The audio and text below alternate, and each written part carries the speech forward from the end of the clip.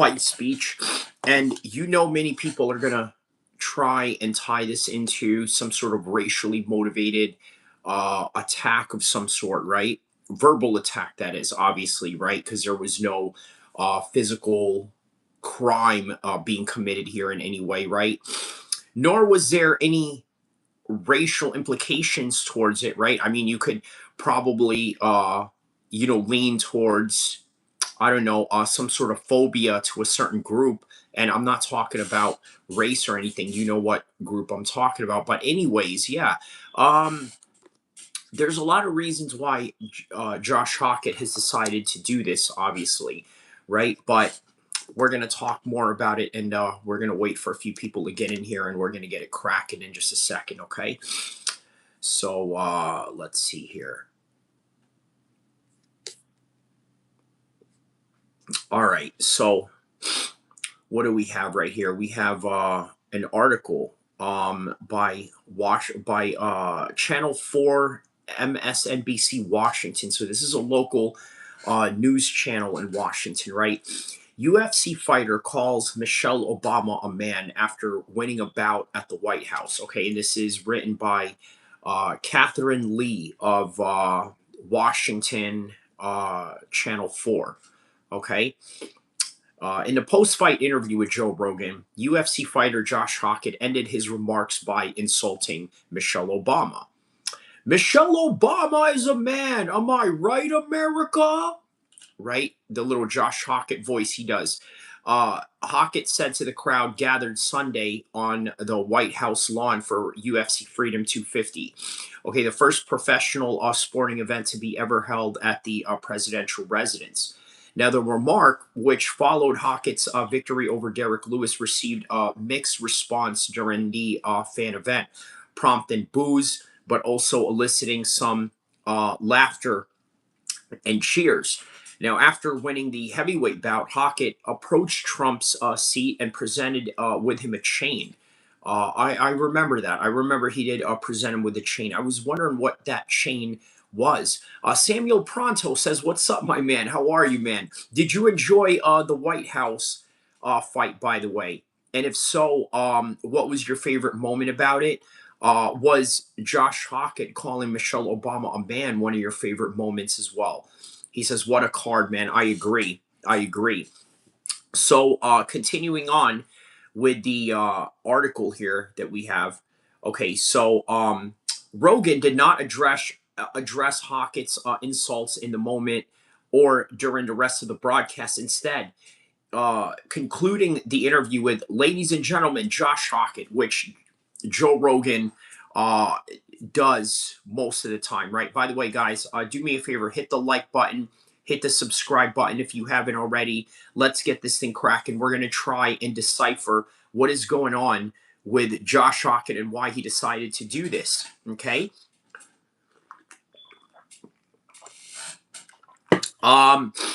UFC president and CEO Dana White condemned Hawkett's quip on Monday morning. Wow. Okay. So that's the part that I didn't know. He says, "I hope you get more likes." By the way, I subbed a Big Dog H, man. Hey, shout out to you, Big Dog H. Let me know what part of the world you are from, my man. Thank you for your support and your like and subscription and your contribution to the channel, my man. Let me know what part of the world you're from. So he said, "I understand." This is Dana White, by the way, condemning this. Okay. He said, "I understand that the Obamas are public figures, but I'm completely against saying anything nasty and false about people's family." And Dana White told this to Times Magazine, Sean Gregory, in a text message. Okay. So he said this to a journalist at a text message, right? He says, "Everyone knows my position on free speech, but I hate that kind of nonsense."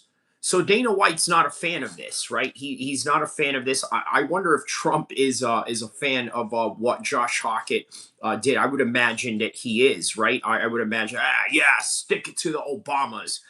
As you know, the reason why Trump is in office, believe it or not, is because of Obama. Okay, he is in office because of Obama. If you guys remember, in 2011, Donald Trump attended a dinner at the White House. Okay, Obama insulted Trump by saying, "Well, you know what? You're never going to be president." Right? He says, you may be a billionaire, you may be this and that, but you're never going to be president." And Donald Trump never tell him that he can't do anything. What do you mean I can't do anything? We'll just see about that. We shall see about that. And that's exactly what he did. He went out of his way to go and become the president of the United States just to stick it to Obama. He says Obama said at the correspondence dinner that Trump would never be president, and Trump's facial expression was, "Oh, is that right?" Vito says, "Can I ask you something?" Of course, man. That's what we're here for. We're here to ask anything.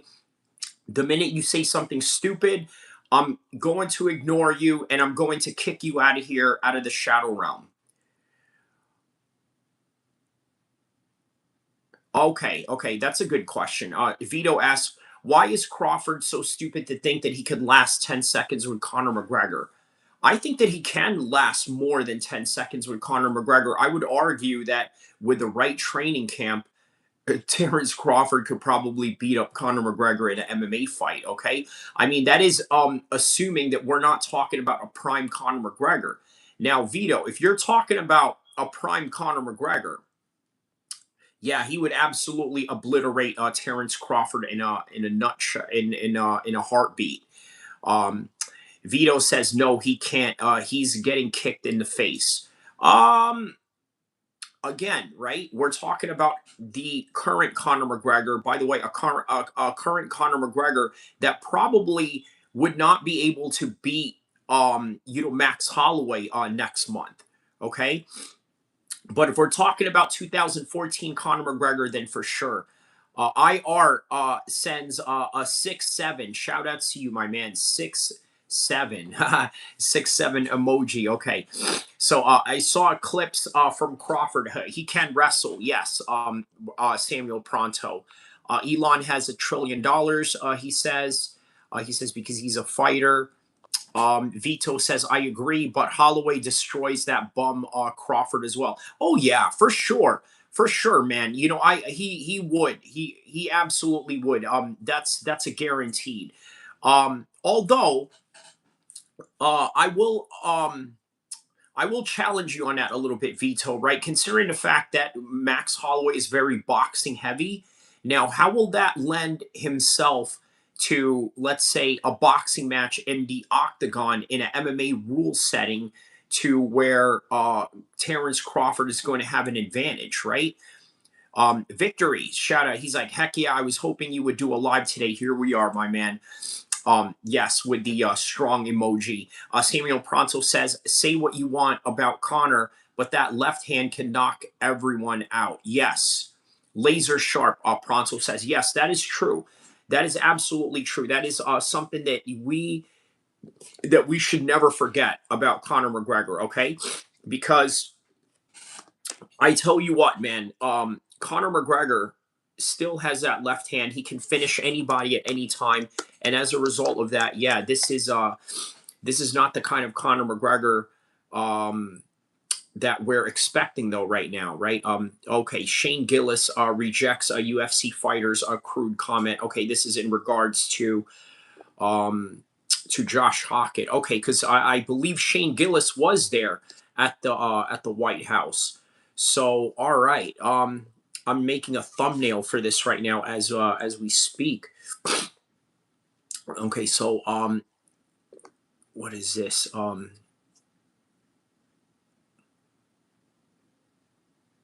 Okay, is this at the White House? Okay, I just wanted to use a photo that was actually at the White House.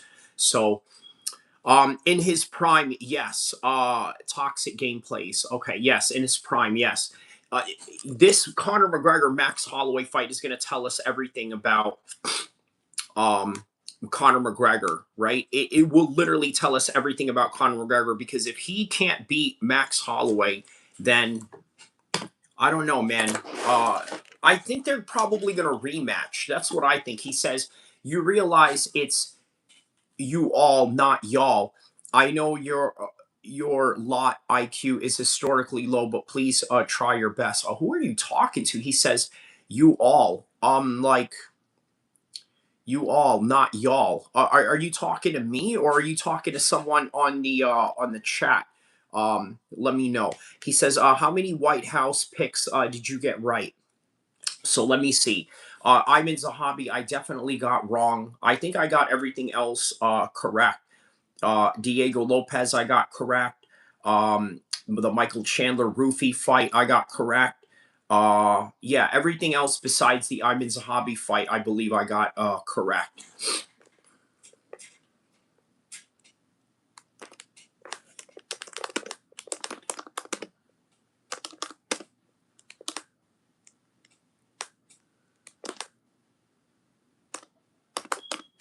There we go. That's one way to really piss off some people right now. You know what I'm going to put on the thumbnail right now? Obama jokes are racist. That's what I'm going to put. Now, do I believe that? No, I don't think Obama jokes are racist. Sometimes some of them are warranted. But you know what? It's going to provoke a lot of people. And that's kind of the point of this channel is to push the lines a little bit. I mean, you got to push some lines a little bit, right? But not to where it's vehemently offensive towards people in any kind of way. That I don't endorse to any degree. Vito says, like literally utter bums. Errol Spence can't fight sleep. Okay, same Kyrie. Um, Terrence Crawford beat one good fighter in Canelo, and he was old. Okay, haha. The rest was complete bums. He says, "Nah, that's a stretch. Toxic. What's he gonna do about the kicks?" Okay, so Toxic Gameplays is saying, "Hell no." He's not landing ish on Terrence. Terrence will probably try to use his wrestling to minimize time on the ground, then land one power shot and KO your favorite UFC fighter. Okay, so that's an interesting assertion right there on your part to say that. Um, Now the kicks is one thing that I would really have to worry about with Terrence Crawford, right? He hasn't really kicked, often in his life. So I would be very concerned about that. He says going up a weight class in boxing is like eating an extra bowl of cereal. Huh, going up an extra, I'm trying to understand your what is this? Your references to that. A bowl of cereal. So in other words, maybe you gain like just 1 or 2 pounds. Maybe I think that's what you're probably getting at. Uh, Vito says even if you give him that, that's the only fighter he's beat. That's good. He's an effing bum. Okay. Are you talking about Terrence in boxing, or how you would project he would do in MMA? Let me know. Um, okay. So hold on a second here. Okay. By the way, shout out to everyone that's helped get this channel into one 1500K 1500 people now. So yeah, man, shout out to everybody that's helped contribute to the channel. He says, do you think we should get rid of the pound for pound list? Well, why? Why would we need to get rid of that? William Barry says, I think Michelle comment was meant to send the woke media into a frenzy, and it worked. Oh, it did. And that's exactly why he did this. Okay. He did this to be provocative, right? This is what Josh Hokit has to do. And remember, Josh Hokit tries, okay? Not only does he try, I think he's really getting better at his mic skills. He's less awkward, although he does use the awkwardness as part of the character that he's playing. So, yeah, he's really coming along with this. And yes, you're right. By the end of the day, it's all entertainment, right? But you have to understand something, right? Okay, I'll give you an example of this, right? Because the outside non MMA people really don't understand our world, okay?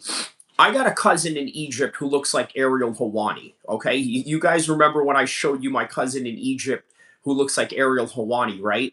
And many people in the chat asked, "Hey, why don't you bring your cousin on to talk to us?" Right? I'm like, "Why?" I'm like, "You guys are just fascinated by him because he looks like Ariel Hawani." Like, think about that, right? You're only fascinated by him because he looks like Ariel Hawani. But we are an MMA channel by the end of the day. And if I was to bring my cousin who was an Ariel Hawani lookalike, believe me, you would be disappointed because he would not be talking to you about, Nina Drama, Sean Strickland, or or Shama, or all these other, weird things that only us weird ass MMA people are tapped in on. Okay, like talking about Ilya Topor's wife and stuff like that. You know what I mean? Like, this is not a world that they are vehemently tapped into. He says, Mario Dog says, my homie, so savage they crack my ish till I can't walk no more. Wow, what happened to you, Mario? What do you mean? He says, yo, my homie, so savage they crack my ish till I can't walk no more. Dang, bro. Okay. Oh, okay. Is that a Josh Hokit line? Toxic Gameplay says, between Tito Ortiz being trash and Chael Sonnen being goaded, where would you rank Josh Hokit? At a lower tier list, but a little bit higher than Tito Ortiz. Obviously, Tito Ortiz was just a trash talker, right? But he didn't really have anything witty to say. Cheeseburger says, I have a coworker that looks like Cash Patel with crazy eyes. Imagine Cash Patel like investigating you, and this is how like he's looking at his FBI files every day. Yeah, we're gonna get this guy. We're gonna get this guy. You know what I mean? Like, yo, Cash Patel, yeah, he definitely has crazy eyes, bro. He like he was meant to be an FBI agent. He was meant to be an FBI agent. Yeah, you can't get past anything with beady eyes like this. Hey, how's that rolling 60s case going on in Los Angeles? Hey, how about the Vice Lords and the GDs in Chicago? What's the latest on that, guys? Cash Patel, yeah. Yo, for real, man. Yeah, Cash Patel. Imagine getting locked up or arrested by Cash Patel, right? And he's sitting behind you or next to you in a car, being arrested by the FBI. You're locked in a SUV. You just got your hands behind your back. You're arrested. They raided you for a RICO. You and your homeboys, got caught up on drug charges, and you're just sitting there, behind the back of the FBI car, like, and then he's just staring at you like this. Samuel Pronto says, hold on, I'm cooking some eggs. I'll be back. That night shift is killing me. Friday morning, weekend. Yeah, man. Hey, shout out to you, my man. Night shift, huh? What do you do at night shift? Do you work in medical? Are you a security guard? Are you yeah, let me know what you do for night shift. Very fascinated in what people do around the world, and their daily routines. So yeah, let me know, my man. All right, so we got the thumbnail for this Josh Hokit. I didn't want to put Michelle Obama in the thing because, yeah, but I just put Obama jokes are racist. That's what I put on the thumbnail. Yes, it's literally meant to, provoke people, just like Josh Hokit. This is exactly why Josh Hokit did this, okay? Josh Hokit did this so that he can provoke people, okay? That's the main argument that he is trying to push here, okay? He is trying to provoke people, and that's exactly what he did. And a lot of these pro-black people are going to have something to say about it. But understand, guys, they don't understand our world. Okay, that's why I told you guys when you asked me to bring my cousin who looks like Ariel Hawani. Okay, you guys would not be entertained, at least not on the MMA side of things. I mean, obviously him living in the Middle East, living in Egypt. Sure, we can have great political conversations about that, but that's for the political topics of things. But what about the MMA side of things, right? All the Nina drama stories, the housewives of the UFC stories, these storylines that we are so heavily involved in as fans and observers, right? And as fighters and as managers or anybody that's involved in the business in any kind of way. You know what I mean? Samuel Pronto says we produce soda all over the world, even for America. I am truck chauffeur in okay. So you're okay. I gotcha. Okay. That's why you do night shift. Got it. Okay. AR says, hi, Kyrie in chat. Assalamu alaikum. How are you? Like and subscribe. Thank you. Thank you, AR. Good seeing you, my man. Hopefully everything is good with you. Always good to see you in here and, bringing good positive vibes to all of us, man. How are you, man? And, okay, so I'm going to play a video about Michelle Obama or regarding the response to Michelle Obama, right? Because obviously this has caught many people's attention, right? It's what Josh Hokit wants to do, is garner attention, because why else are we doing this? What would be the point of doing all of this if we're not doing it for attention, right? So another hashtag right there, viral and viral video. Yes, to add more. There we go. All right, so boom. There we go. All right. So, all right, Shane Gillis. Okay, so this is Shane Gillis after the event. Let's hear what he had to say.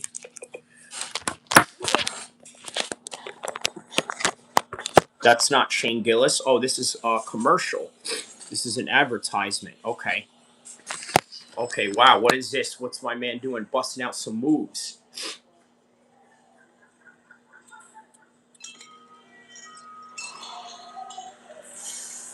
All right, what is this? You're a meme now? What is this doing? Crip walk? He says world's best ear act. Oh, okay, ear pods. Okay. I didn't love that. Come on. Shane, jump in here. Come. Jump in, Shane. Ship it, guys. Come on. Shane, what do you think of I don't like this. Trump's job performance? What do you think of the cancel culture? You guys got me on a couple brewskis. All right, thank you guys. But yeah, I didn't like that. Oh, okay. But whatever, it was funny. All right, so he said, he didn't like that, but he said, whatever, it's fine. Okay, so he wasn't a fan of it. I'm going to show you something else too regarding that. Obviously, that's mild. That is a mild response to this, right? Very mild mannered response. He just said, you know what, I didn't like it. It's not my thing. Toxic Gameplay says, how do you feel about the Knicks fans literally destroying NYC? Look, this is the unfortunate thing about the East Coast, right? My experience growing up in the East Coast, many people that I know of, they committed like just random acts of violence with, no intent to go after anybody that's a formidable adversary. Okay, let me give you an example. Obviously, you guys hear about the anti-Asian hate crimes that are going on across the United States. All of that is mostly done in the East Coast. Okay, this is just what people in the East Coast do. They just have a lot of what do you call it? They just have a lot of I don't know, a lot of anger or angst behind them. This idiot Solar talking about I'm a simp. You don't even know my position on this particular matter, you idiot. Like, you read the freaking title, and all of a sudden you're like, oh, I know what this guy is about. Yeah, I'm like, go get an education, you stupid idiot. Like, how dumb do you have to be to come in here and somehow think that I have some one political opinion on a particular subject matter. He says it's NYC turning into a third world dump. Glenn Sharp says, yes, that is correct. That's another thing. He says black on Asian crime is the is a problem and is the problem and you know it. What exactly do you mean by that when you say is the problem? Like is the problem in terms of what? Uh in terms of the East Coast? Is it a problem in terms of what's going on there? Is it a problem across the United States? Has it been an ongoing problem? Like, you're going to have to explain a little bit on that, because when you say black on Asian crime is the problem and you know it, please elaborate more on that so that I can have a much more sharper conversation with you. No pun intended to your name, of course. He says white on Asian crime is not a problem. Um, it's not statistically, not statistically. Now it doesn't mean that white people don't go out there and commit hate crimes towards Asians, because they do. Maybe just not at a rate that maybe other people do. You know what I mean? So Toxic Gameplay says Asian and black people must reconcile. We must not let isolated incidents speak for the entirety of a race. Yes, especially with the Ricky Chow case, as you would imagine, right? So,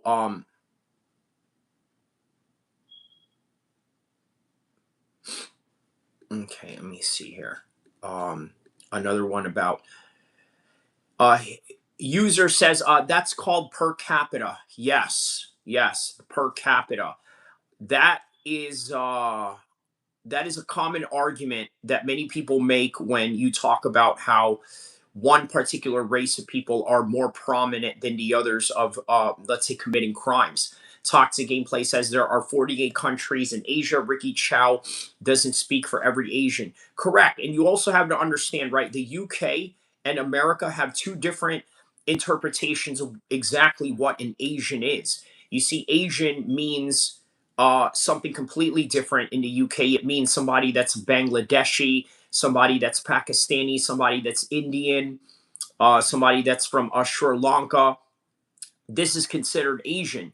But in America, we consider Asians Filipinos, Chinese, Japanese, Korean, maybe because we have more of them than we do of, let's say, people of the Southeast Asian subcontinent.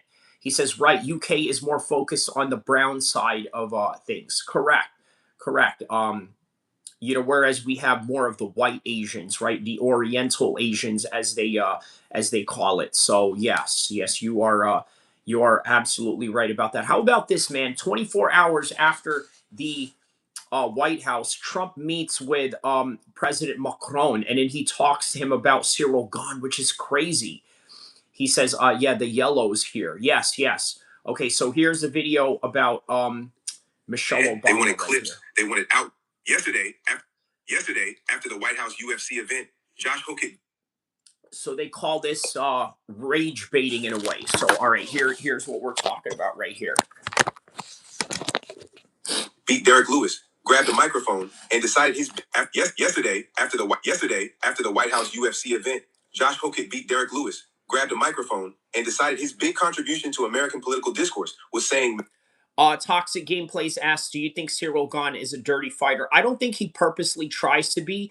I think the style that he has, open palms, holding his hands out, like this and that or whatever, right? I think it lends itself to underlining dirty tactics that end up into eye pokes, I think. Michelle Obama is a yesterday after the White House UFC event, Josh Hokit beat Derek Lewis, grabbed a microphone, and decided his big contribution to American political discourse was saying Michelle Obama is a man. And I know what MAGA wanted. They wanted black folks mad. They wanted clips. They wanted outrage. They wanted somebody to lose composure so they could point and say, see? But no, you are not getting that. Because Chud the Builder already spent them chips. The outrage account is closed. That card declined years ago, and y'all keep swiping it like the machine is broken. You cannot shock black people with a joke you have been telling for almost 10 years. At this point, it does not offend us. It just makes you look weird. Michelle Obama has not been first lady since January 2017. Almost a decade. That woman is somewhere living her best life, opening libraries, selling books, talking about relationships, minding her black woman business. And somehow, y'all are still gathered around a government-sponsored backyard brawl talking about her body. That is not politics. That is a condition. And notice something.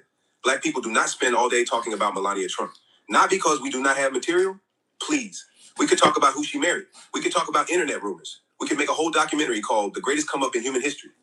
We could spend 2 hours debating whether somebody was a 304 before they got famous. But we do not, because we do not care. Our feelings toward Melania are mostly indifference, with a little bit of blink twice, sis, if everything is okay. But Michelle Obama? Y'all cannot leave that black woman alone. And that tells us everything.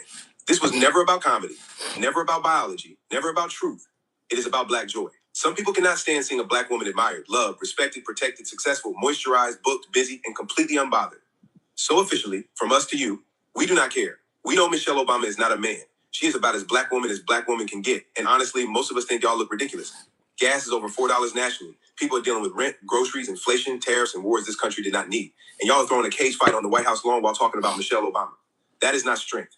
That is MAGA flailing with Brazilian jiu-jitsu while the country is asking where the rent money went. We could be cruel. We could be petty. We could spend all day gossiping about politicians and their families. But most days, we choose sense. Because unlike y'all, we actually have a country to worry about. So no, black folks are not outraged. We are bored. And we are laughing at how hard y'all are trying to be offensive with material that expired years ago. If you are feeling my content, like, subscribe, and share. And if you want to contribute to the work, cash app. Okay. This is a guy that does not understand the MMA world. Okay.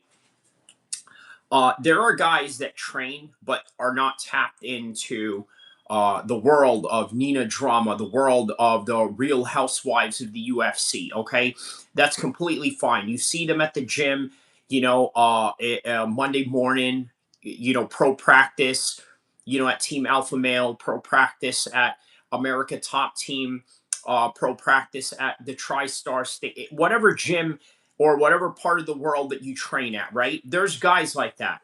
They come in, they train. Hey, you saw the White House card this weekend? No, I was busy, either training outside of the gym or doing work or being at work, whatever it is, right? There's people like that.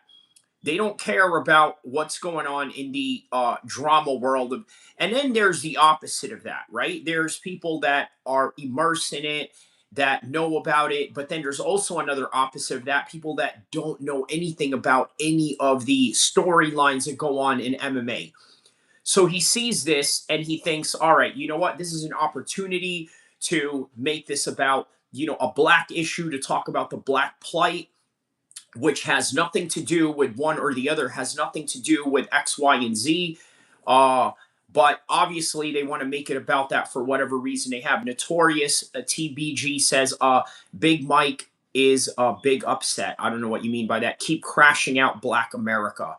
Who's Big Mike that you're talking about? Oh, okay, you're talking about Michelle Obama. Okay. He says, keep crashing out Black America. Mbop says, did you see Taporia fight? Of course, man. I was here covering it. Yes. Yes. Unbelievable result, to say the least. So, yeah. Let me see here.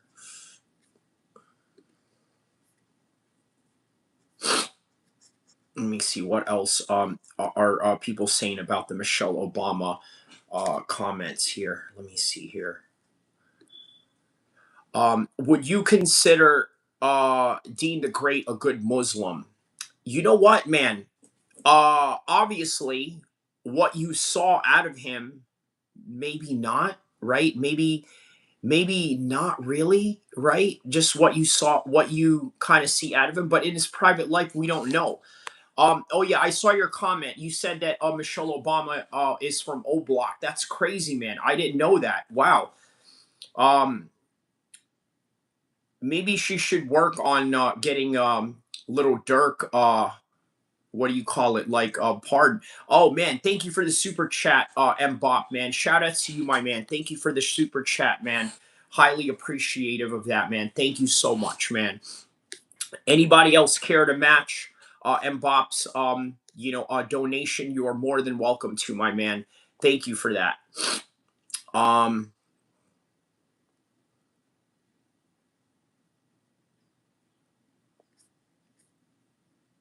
Let me see here. If you've been thinking about getting Pocket, this is your last chance to save 45%. If match, strike out. Change the equation. Essential.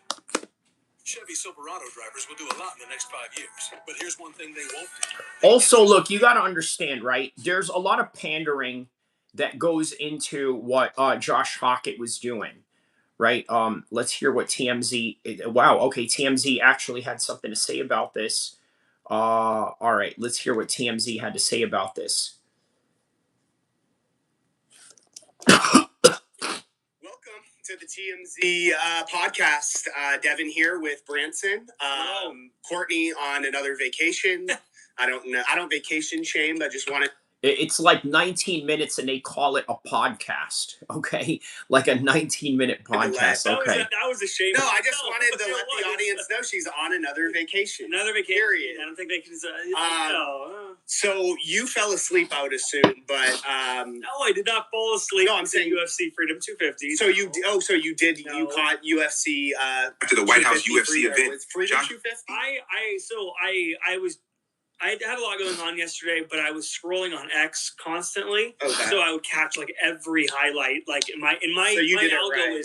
is dialed, dialed algorithm. A bunch of wrestling and a bunch. He said, $300,000. You're welcome. Oh, thank you. I suppose. Biggest event, I would say of the weekend, regardless of the Knicks winning. Congrats to the Knicks, but the event was just, it was a spectacle and.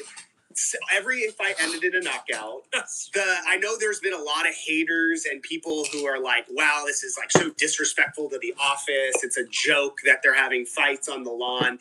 But if you just remove yourself from that and just the visual of it, yeah. I mean, it was the production. First of all, why is it disrespectful to have a fight at the White House lawn? Why? Is it because of the fact that it looks abnormal? Abnormal to what? What is it abnormal towards? Is it abnormal to the fact that, I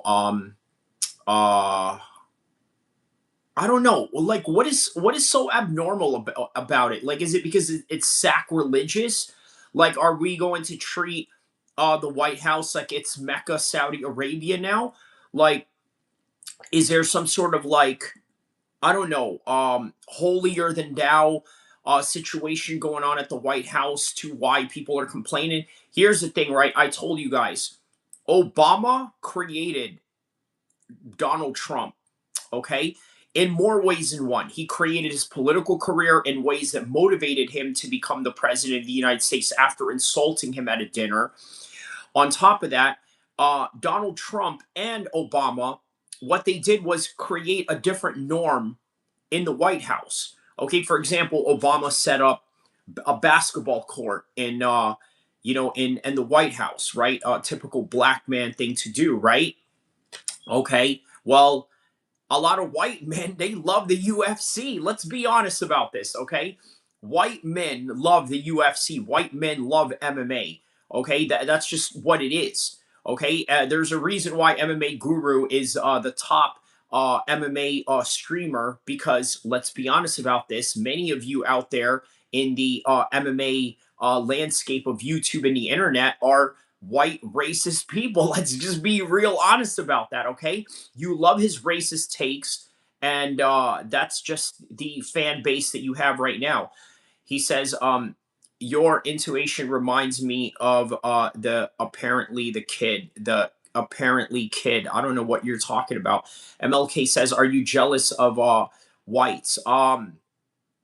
No, because I probably live a better standard than most white people do. I hate to, be very honest with you and be blunt about it, but yeah, I probably live better than most white Americans. So no, I'm not jealous of any whites. If anything, I'm probably accepted in white circles due to the fact that I have great English articulation, due to the fact that I have, quite frankly, the resources to live in places that would separate me from other minorities. So UFC fans are racist.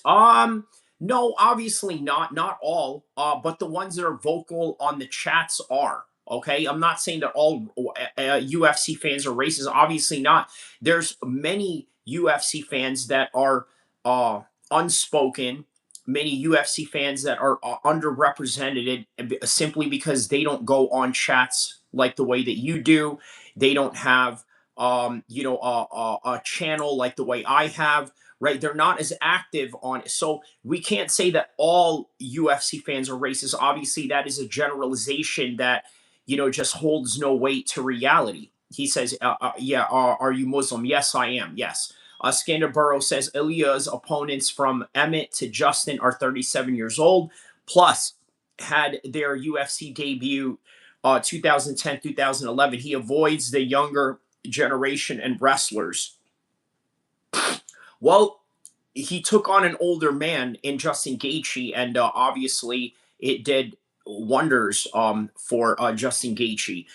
Justin Gaethje is showing an example of why guys our age are practically probably the best generation of mixed martial arts fighters, right? The George St. Pierre era of mixed martial arts, I think, is the best era, and I think very instrumental in helping fighters put together a style that is MMA, okay? Because what you see with Ilia Topuria, it's a one style train. Israel Adesanya is a one style train. Alex Pereira is a one style train. And that one style that he could do, he couldn't even match with Cyril Gane at the heavyweight division. So there you have it, right? What is he going to do now? Is he just going to go and lose 50 pounds and and go back down? I mean, what is up with that? So bottom line, let's go back to this with the was insane. The fights were all insane. There was a massive upset at the end where an American fighter beat Ilia Topuria, which was like he was like a huge underdog. Yeah. So I mean, the night had it all. Dana White, when that flyover happened, there was a close up on his face where he was smiling next to the president, and everyone was thinking like Dana White really probably thought this is not really going to happen, and then he's actually he delivered. There, it happened. Delivered it. He delivered. So it was. I mean, I get the controversy surrounding it and them trying to be like, this isn't political. Just as a spectator and of someone who loves watching the UFC and fighting and stuff, I thought that it was a home run. I thought it was a 10 out of 10. Victory says, when you see the clip of Ilya on Rogan going around when Ilya said he would beat Justin easy. Ooh, yeah. That didn't age well, did it? Just like when I wrote on my Facebook page, right, about Khamzat fighting Sean Strickland, I said, there is no way, a Kafir infidel white boy is going to beat Khamzat. Lo and behold, you know what? I actually reposted that and I wrote on it. It's like, well, this didn't age well, right? It's kind of one of them things. You know what I mean? Those comments don't age well. Same thing with Bernard Hopkins, right? Bernard Hopkins before he fought Joe Calzaghe. And that's kind of where I got the inspiration from saying that, right? He said, man, I'll never let a white boy beat me. Ain't no way a white boy gonna beat me. No way. I'll never let a white boy beat me. And we all know what happened in the Joe Calzaghe Bernard Hopkins fight, because Joe Calzaghe retired undefeated 46-0. So there you go, right? He did let a white boy beat him.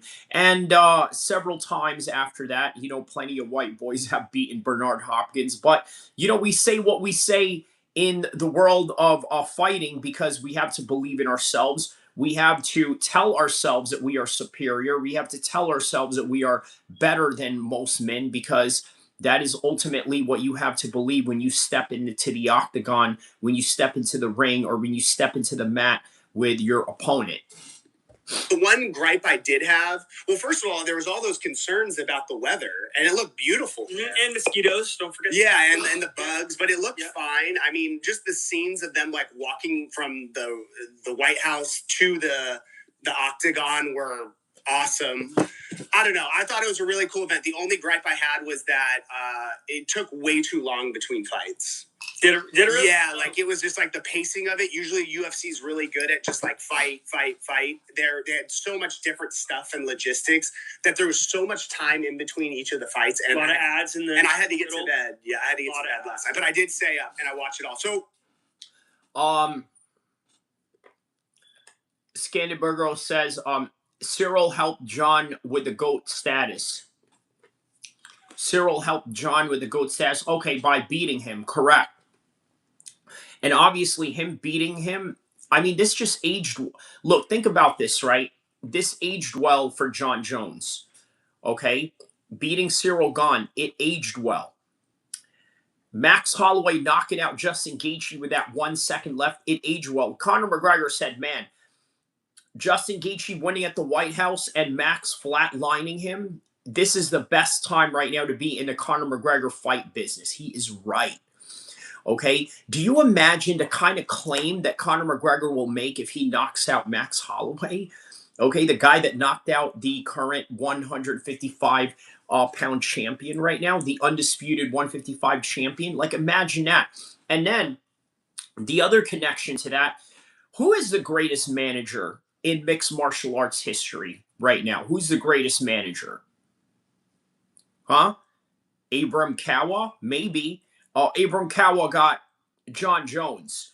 Abram Kawa got Jorge Masvidal. Okay. Jorge Masvidal is not a champion, never was a champion. He was a BMF champion, but not a real champion. And then all you had was John Jones. Meanwhile, Ali Abdelaziz, Khabib, Islam, Usman Nurmagomedov dominating in the other organization. Now you got Justin Gaethje. Man, Ali Abdelaziz is the king of 155 fighters in terms of management. Now, to answer your question, Victory, who are these dorks? These are TMZ guys, right? Talking about the Josh Hokit, Michelle Obama comment. He says, that's what I'm saying, Scandaburo. Okay, yes. Yes, so we kind of agree that, John Jones's win right there aged very well as a result of that. That was all the positive. He says, oh, no wonder. There you go, right? They're like LA journalist dorks that work in TMZ. There it is, right? Typical Los Angeles Jewish journalist dorks, right? And not to be disparaging towards the Jewish or anything, but they're not Ariel Hawani. They're not an Ariel Hawani type of Jewish person. You know what I mean? And yet you guys are trying to get my cousin who looks like Ariel Hawani to talk to you guys in here, when he would know nothing about MMA, which is crazy. You know what I mean? Like, I even told him about it, right? I showed him a picture of Ariel Hawani, right? I said, hey, listen, my chat says that you look like this guy. Oh, who is this guy? Oh, but he is Jewish. He is Yahudi. You say I look like Yahudi. Yes, brother. You look like Yahudi because we are all the same, brother. We're all the same race of people. We are all Semitic. So, of course, I compare you to him. Yes, but you're not Ariel Hawani. You know nothing about MMA. You know nothing about Nina Drama. You know nothing about Shama. You don't know what Shama is, okay? You don't know nothing about this. Okay, so he's not anything to talk about. Okay, but yes, all right. Scandy Bago says it's not Ali because he gets them to little money and Muslim late title fights. It's not Ali because he gets them to little money and the Muslim late title fights. Explain what you mean by that. You said you can completely understand Arabic. Yes, I can. Okay, my positive spin on how I thought the actual event was. There was, of course, some controversy. And we have to address this because it was probably the most controversial moment from last night. So, for those who don't know, Josh Hokit, he's an up-and-coming To put this in context, Victory, I spent 6 months in that part of the world as a civilian and as the other side of that. UFC fighter. He's going to be a big star. He actually was a former football player, so he played for the. Yeah, he played football for Fresno State, and then he was on the Niners for a minute. Played fullback. He's now in the UFC, and he's just shot up the the standings. Yeah. So he actually was an a late addition to this card. He wasn't even originally supposed to fight, and then he had a previous fight where it was so incredible that they put him on the card. But he dominated. Why am I forgetting his name? I'm forgetting Lewis, his name as well. the Black Beast. I'm trying to think of Derek Lewis. So he absolutely destroyed Derek Lewis, which I think, most people thought he's much younger, he's much quicker. Derek Lewis is kind of at the end of his career, but this is what he did when he got the mic after his big win over Derek Lewis.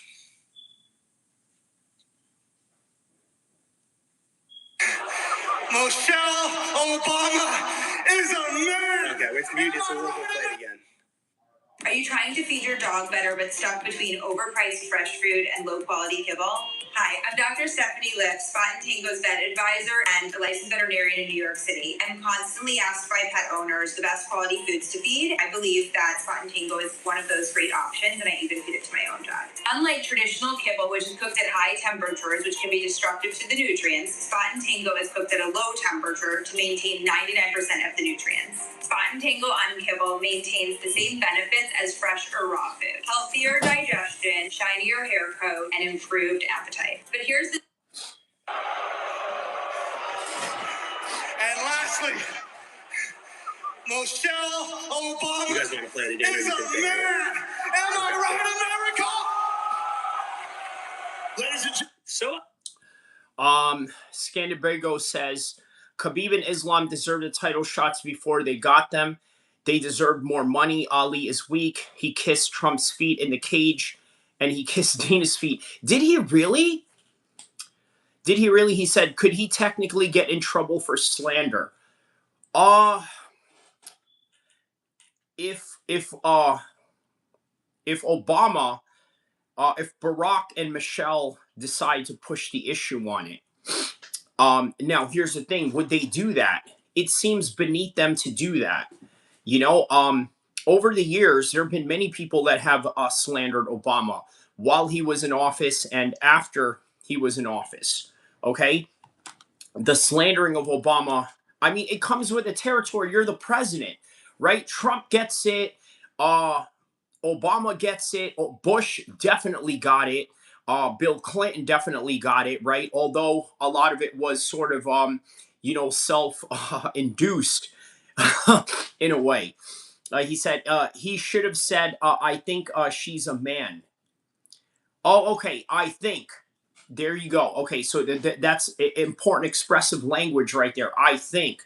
When you say that I think, you're saying that, well, in my opinion, right? The way that he said it like this. Michelle Obama. You guys want to play it again? Is a man. Michelle Obama is a man. So that is a definitive statement. It's not a question. It's not insinuating that I have an opinion. Okay, according to the English language, he is proclaiming a statement. A statement that could be a fact. Like, for example, Marty Miller is a man. Okay, Kyrie El-Kheer is a man. Ronda Rousey is a woman. Okay, like that. These are true definitive statements. Scammer Bigo says Ali is not a manager, he's a UFC employee. I'm gonna have to agree with you on that. Okay, Scammer Bigo, right? Even though Ali is my uncle, I'm gonna have to agree with that. Okay, because the reason why I say that I agree with that is because when you're a manager, you're basically a broker for the UFC, okay, to get these guys over the line. And most of the time, you are fulfilling their wishes in terms of contract negotiations, right? In terms of getting, like, put it like this, right? They have the lowball you in your pay, but your manager gets a percentage. Okay, now it's not a lot of percentage, but if you have, let's say, 30 or 50 fighters or 100 fighters under your belt, that's a lot of money coming your way. So it's kind of one of them things. So yeah, he's a manager, but he's also Yes, a UFC employee. I can't disagree with that. Am I right, America? Ladies and gentlemen. So out of pocket and so random, huh? Yeah, I mean, so the problem is obviously I don't even get what the hell this man's talking about, and clearly, so his biggest issue is that first of all, that was just an absurd comment to make, but he said similar stuff like this in the past. I think he said this exact line, but the difference was it was at the UFC Apex where there's no one watching, and this was on a world stage where everyone's watching. Well, it's also like with Joe Rogan holding up the microphone. Joe Rogan's smiling. The crowd is like anticipating he's about to say something, great, and they're cheering. It's amping up, and then he says Michelle Obama is a man. And the reaction is like just one big groan. Yeah, and Joe's in an impossible position. He looked extremely awkward, and then they got him out of there. Look, I'll guarantee you there's soldiers that were in attendance seeing that probably offended, believe it or not. Okay, and you're all see, a lot of you think that all military people are right wing people, or people that are just going to be automatically on the right. Boy, let me tell you, you are sadly mistaken. Okay, I have met so many Democrats in the Marine Corps, so many of them, from commanding officers to NCOs to other people that are your peers. I mean, yeah, dude, it is a liberal. There's a lot of liberals in the military. Okay, quite frankly, that's probably due to the fact that they allowed the gays and okay, I was trying not to get canceled there, so that's why I had to make some weird noises while also conveying a message that you understood what I was trying to say. Anyways, Scandabigo says Candace is fine, Hokit will be fine. Candace, what is that in reference to with Candace? Did she say something about Michelle Obama as well? You know what? I wonder if she had something to say about this.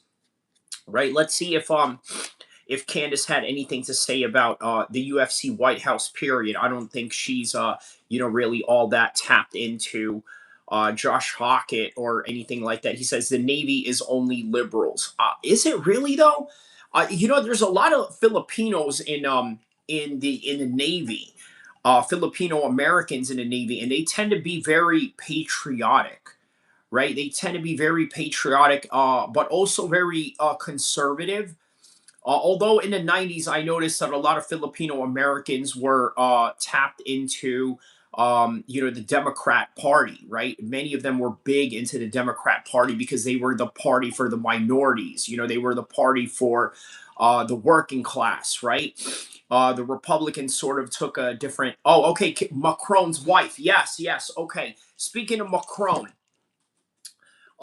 Donald Trump met with Macron yesterday.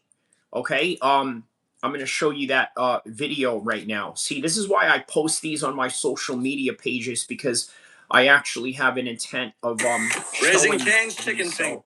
Let me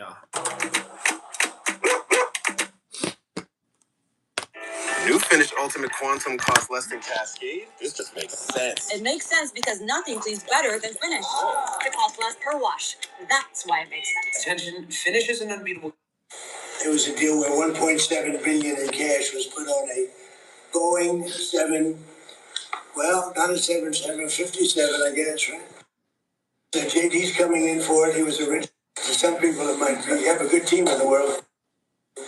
Last night with the fighters and nations yesterday, we'll be talking about it. Then we had a really exciting, I think maybe one of the most incredible evenings in the history of the White House. We had an evening last night with the fighters, and I was very happy. I called last night, very late last night, to congratulate you, because in the heavyweight division, a French fighter won. I don't know, is that maybe more important than the World Cup? To some people it might be. To some people it might be. You have a good team in the world, yeah. Very good team, but you have good fighters too. And you're a great country, and it's an honor to be with you. Thank you very much. Listen, isn't Trump is such a charmer, okay? He is such a charmer. Oh my God. He is such a charmer. And Macron is like, he's just loving it. He's like, yes, You guys, you have a great soccer team. You guys now have a world champion, a world heavyweight champion. He says Filipinos are known are known gays and transformers. Yes, yes. There's a plenty, but I tell you what, not the ones that I know here in the West Coast. Heck no. Maybe the ones that are like fresh off the boat for sure. But the ones that are raised in America, they're all gang members. You know what I mean? Like that's just what it is. Uh, Kibaro says a conspiracy. Candace getting sued. Is Macron really so? Okay, you know what? Yeah. On second thought, yeah, maybe Josh Hokit needs to watch his p's and q's because Obama might just take that route as well. I mean, if Macron is going to take that route, then Josh Hokit, might very well get it from the Obamas as well. But that's not always a get because look, the thing with Candace, it's a little bit different. She has a podcast that she talks on every day. Josh Hokit did it one time in front of a microphone, and in his next fight, where he gets a microphone again, and if he wins, it's probably not going to be a subject matter at hand. Like, I don't think he's going to make a career out of just talking about the Obamas. Scandabigo says, but Candace went all in. So there it is, right? That's the reason why Macron is, that's the reason why Macron's going to get at Candace for that reason. So, yes, you're absolutely correct about that. All right, so obviously, there have been some people that have been complaining about the UFC White House card as well. I want you guys to see this right here. Let me know what you guys think. Very disgruntled people out there because of this event. So, let's hear what the disgruntled people of America have to say about this event.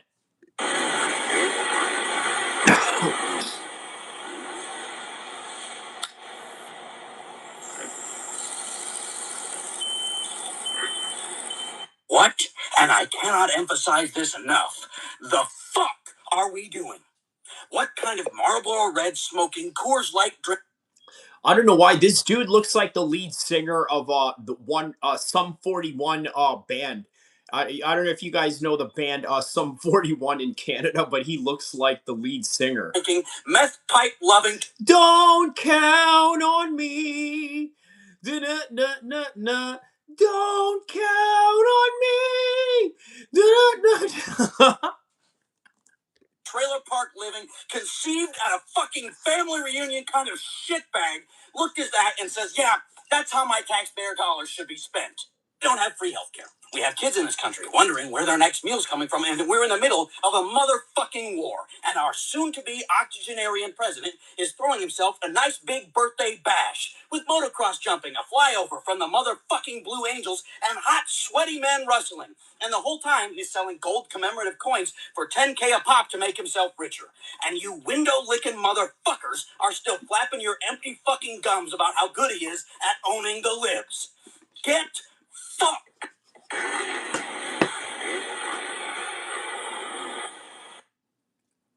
Do a lot of you share this guy's anger, or do you guys think that he's just being completely ridiculous? I want to know on the comment section what you guys just thought about that video I showed you. Kibaro says, I really don't understand why people are accusing women of being men. I remember when people were railing on Lady Gaga, then we actually saw proof and those fools were dumbfounded. Okay, so I'll put it like this, right? What type of women have the most testosterone? Okay, I think you know the answer to this, and it kind of lends itself into the conversation of Michelle Obama. Look, this is common that a lot of people accuse black women in particular of this, right? Because let's be honest about this. There are just certain women that have more testosterone than others, and that's just what it is. Rion Serve says he's making a funny video, dummy. Their videos are fake. He's trolling. Okay. The cadence and the way that, and by the way, you don't need to say pejorative terms to try and insult me because you have a different opinion. Okay, that's low val. I mean, that's just low common denominator stuff. Okay, like please, conduct yourself with respect when you're in here. Okay, number one, I understand what you're saying. Yes, the cadence, the aggression, the voice delivery that he's putting on the video, it is obvious. You're absolutely right that he's making funny videos and fake. Now, that's where I'm going to push back on that, right? I don't think this is fake. I think that he is genuinely concerned about these uh, taxpayers' money that he's speaking of. He's concerned about the starving children that we have. He's concerned about the war that we're going to have with Iran, if that is even a possibility. Okay? So he's not faking some of these things that he's saying, he's just faking his emotions. So let me know what you think about that before I ban you out of here for calling me a dummy, because I probably have a higher IQ than you. Scandabigo says Lewis, Zahabi, and Chandler was a disgrace to the White House card. I mean, look, man, are we just saying that because they lost? In hindsight, you know what? Somebody was going to win, somebody was going to lose. That's just how it's going to be. Harlem Bangham says the inner part of his face looks younger than the rest of his face somehow. The inner part of his face looks younger than the rest of his face somehow. Huh? What do you mean by that? The inner part of his face looks younger than the rest of his face somehow. Explain what you mean by that. Red Hood Forever says black. Michelle Obama is a man. Okay. Um. Okay. Yeah, I guess you're just repeating what Josh Hokit said. Harlem Bangin says, no, I was talking about the White House guy complaining. Oh, okay, okay. Yeah. Yeah, probably, looks a lot younger than what he, really is. For you to have that much political anger, it's usually older people that have a lot of political anger, right? Whereas younger people tend to be just happy-go-lucky about the world. Big Hands Mike, Glenn Sharp says. Red Robin Hood says, Iran is cooked. They just made the deal yesterday. We're about to have oil come over here to this country. What are you talking about? Is that what's going on? Okay. Well, hopefully that's what's going to happen, right? But, once again, we don't know. Obviously, Trump flew over to France right after the event, flew from Washington to France to have that meeting with Macron and all these other G7 summit leaders. Glenn Sharp says, didn't watch the UFC White House yet. From NY, still on the Knicks. Okay, yes, man. Hey, congratulations to everybody in New York. I know that that was a very big moment for everybody in New York, something that everybody was looking forward to. So, Robert Maris, forgive me if I'm mispronouncing your name, Robert. Robert Mursak. Let me know if that's how I pronounced your name correctly. Michelle is Obama is a man. Okay, so repeating what Josh Hawkins said, basically. Red Hood Forever says, so you all right, you got it, gang. You want to be right, and you got it, gang. Okay. Red Hood Forever says, let me find out you're liberal. Definitely not a liberal, right? I'm definitely not a Republican either, but I'm definitely not a Democrat. I don't ascribe to any of these political parties. I think a lot of you ascribe yourself to a political party. You guys ask, hey, does this person like Charlie Kirk, or does this guy like, Donald Trump?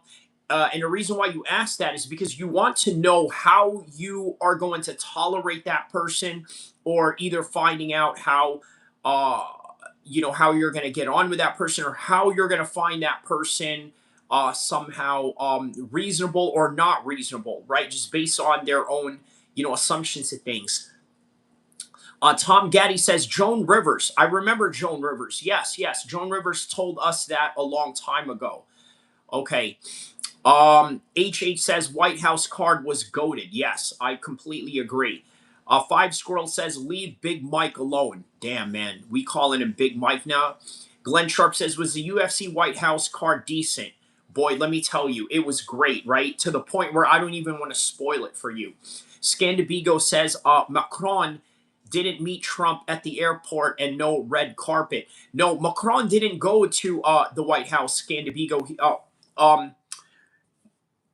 He flew from Washington D.C. To France the next day. Like literally after that event was over, he hopped on Air Force One and went to Europe straight away. So pick a party or be a loser pick a party. I'd rather not. I'd rather not pick a party. I did register one time as a Republican. I've registered as a Democrat before, but yeah. Glenn Sharp says, I just subscribed, bro. Good job. Thank you, Glenn Sharp, man. Shout out to you on that, man. Thank you. Thank you for your support, man. Five Squirt Squad says, every fight ended in a knockout. Yes. HH says, the live music band made the card so much better as well. You know what? The Marine Corps band, it was a Marine Corps band that did all the music, right? It was the next best thing that they could do because there were no celebrities that wanted to get up there and perform, right? There were no Snoop Dogg's, there were no Lady Gaga's, nobody, right? Nobody wanted to perform. Snoop Dogg did perform at Trump's inauguration, right? Which is crazy because he sort of had, a bit of a change of heart there, a little bit of a change of heart in the part of of Donald Trump. I'm sorry, of Snoop Dogg and Donald Trump, and he made a video one time where he sort of insinuated that he was blasting Trump or something like that. So yeah, man. Let me see what else here. How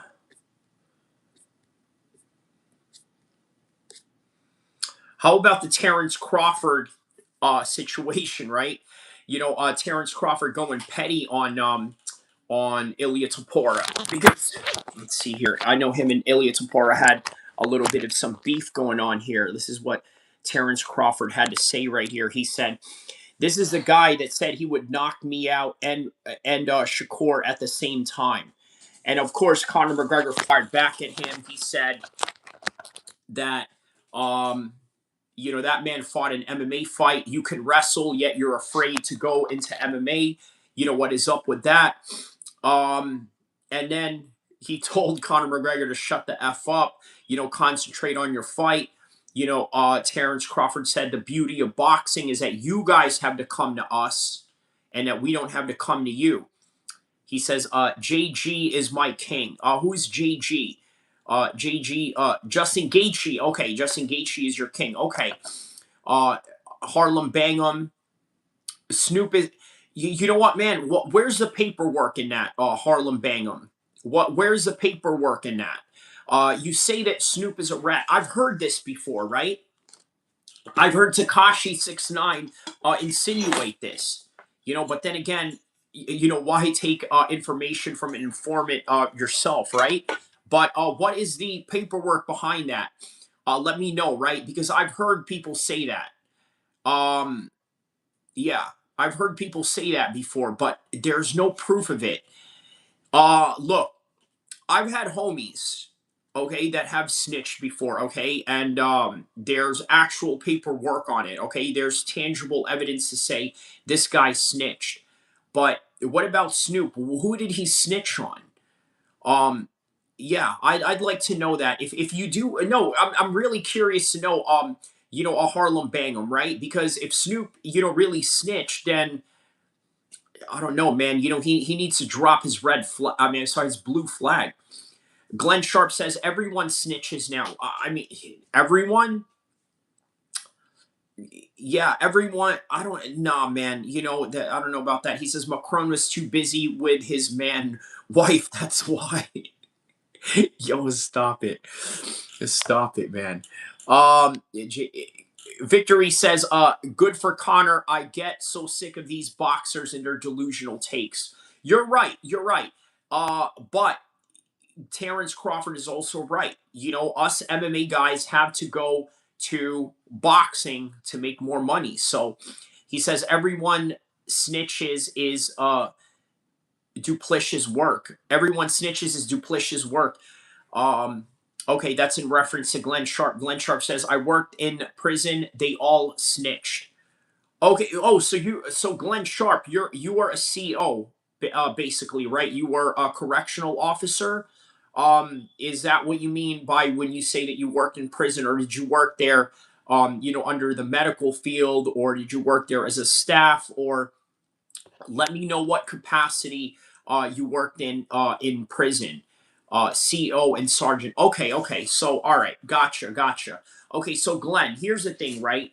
I'm gonna respectfully disagree with you, and the reason why I respectfully disagree with you is because, well, you're speaking for your own anecdotal experience. Okay, you're speaking for your experience of, having to catch people. Okay, you're in prison, and while you're in prison, you have a job. Okay, your job is to catch criminals, whatever it is, or people that are committing crimes in there. That is your job. You're probably good at your job. Okay, and okay, so NY prison, so East Coast, East Coast. Okay, so there we go, right? As you know, Glenn, the West Coast is a little bit different. Okay, the West Coast has a different culture than that of the East Coast. Okay, Charleston White said it best, right? He said that in the East Coast, in the South, gangbangers out there don't really take it seriously the way that we do in the West Coast. He's absolutely right about that. He is absolutely right. Gangs in the East Coast and gangs in the South and in the Midwest, these guys tend to phase out their gang life maybe in their late 20s, maybe even in their 30s, maybe even in their 40s. In California, you got people out here blooding and cripping till they're 60 years old. Okay? Big Meech, Harlem Bangham says something about Big Meech. Meech did his third party big one because he was able to keep a lot of his money. He says, Glenn Sharp says, not snitching is so overrated. That's my opinion. I mean, look, man, so I look at it like this, Glenn. I look at it like this, right? Not that I'm, part of that world or anything like that, although I've had, some, experience in it. But, when you're in that world, as I know, that there's no personal animosity between, law enforcement and people that are in the opposite side of that. They have their job, you have your job, you have your social contract, which is what? Your social contract as a law enforcement official is to the United States government, the Constitution, and the Bill of Rights. That is your social contract. When you're dealing with street dudes, their social contract is to their gang, to the streets, to the honors among thieves, mentality that is very prevalent in the streets. But I understand, right? When you say that it's overrated in your opinion, and when you say that everyone snitches, um, again, I think that comes from a place of anecdotal experience, anecdotal to the sense of, okay, your job is to catch these guys, and you being, assumingly good at your job, you have to catch them, and more times than not, you do. You make guys talk. Guys end up giving up information. Guys end up telling you things because maybe you build a rapport with some people. He says, I would have to tell inmates not to snitch seriously. Oh, okay. Okay. Say less, man. I think I know exactly what you mean by that. Yeah, I know exactly what you mean by that. Okay. Harlem Bangham says, as a citizen who is no longer in the streets and consider himself a civilian, I now believe 100% it's okay to snitch. It's just, it is what it is. Well, Harlem Bangham, that's kind of the point right there, right? You're from New York. This is the mentality that you guys have, and I grew up in the East Coast as well. Okay, I grew up in Union, New Jersey. I did 2 years in Old Bridge, New Jersey. That's in Middlesex County. And, I've had homies in Jersey City. I've had homies in Brooklyn. I've had homies in Queens. And then after I left the East Coast and went to the military afterwards, I went and lived in Stockton, California, right? So now I'm embedded in the whole West Coast street culture, which is completely different, right? And the street culture here is that you got guys out here that are blood and crippin' in their 60s. Okay, you got old school essays who are like from the 1990s. Okay, straight choloing it up at in their late 70s, bro. This is a different culture out here in the West Coast. Harlem Bangham says, we handicap ourselves by trying to have street morals in a corporate world because in a world that doesn't play by our rules. Uh it's different out here in the West Coast, Harlem. That's my thing about it. He says everything is on social media now. People can't shut up. Right, Glenn Sharp. I don't know if you're familiar with No Jumper. It's a West Coast hip hop podcast or YouTube channel out here. But yeah, a lot of guys that go on that podcast, they get indicted because that they either snitch on themselves or say a little too much. User says, Big Mike, look at Adam's apples. Look at his Adam's apple. Look, guys, Michelle Obama is not a man. Okay, we need to stop that. Okay, he's not a gang. She's not a man. Okay, I think it's just that. Look, black women tend to have a little bit more testosterone than the average woman. Okay, it doesn't mean that they're not women. That just means that they have higher testosterone, and that's just what it is. He says hip hop propagates a lot of myths. Um, I think you're absolutely right about that, Glenn Sharp. I think also from a materialistic point of view, right, where all of a sudden, everybody from the hood is a millionaire all of a sudden, right, or has to be a millionaire, or has to put up a perception that they're a millionaire, throwing money around, trying to look fancy and whatnot. But Harlem Bangham says SA gangs stole their entire style of dress and gang culture from the black community. Harlem, I may have to disagree with you on that a little bit, man. I think in the West Coast specifically, right? And let's be honest about this. You got Bloods in the East Coast, right? You got Bloods in the East Coast. You got Crips in the East Coast as well. They emulate a lot of black gang culture from California, right? Let's be honest about this, right? Aside from the gangster disciples and the vice lords and the Latin kings, most gangs around the United States are influenced by the West Coast. Okay? Um, all of that came from the Mexicans, right? For example, the term loke, right, that a lot of Crips use with each other, right? They say loke. You know what up, loke? You know what up, loke? This comes from the term loco. Okay, loco comes from the Spanish word crazy, which, by the way, a lot of essays, as you know, use as loco. You don't know I'm loco essay, right? That's what loke comes from. Although loke is a term is a synonym that stands for life of crime or life of a crip, right? Um, Glenn Sharp says, I come from a mixed family. They all assimilated uh just like whites 30 and over.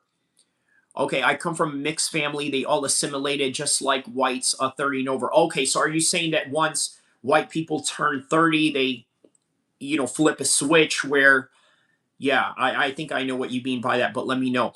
Harlem Bangham says, where do you think the term homies comes from? Okay, it's a combination of both, right? I think you have to understand, right? Black and Latinos influence each other heavily, both sides of the coast, right? Out here, the Hispanic dominated population is Mexicans. Over there in the East Coast, it's the Puerto Ricans, maybe Dominicans, and Cubans maybe. He says, no, he says, no, we do not. He says, no, we do not.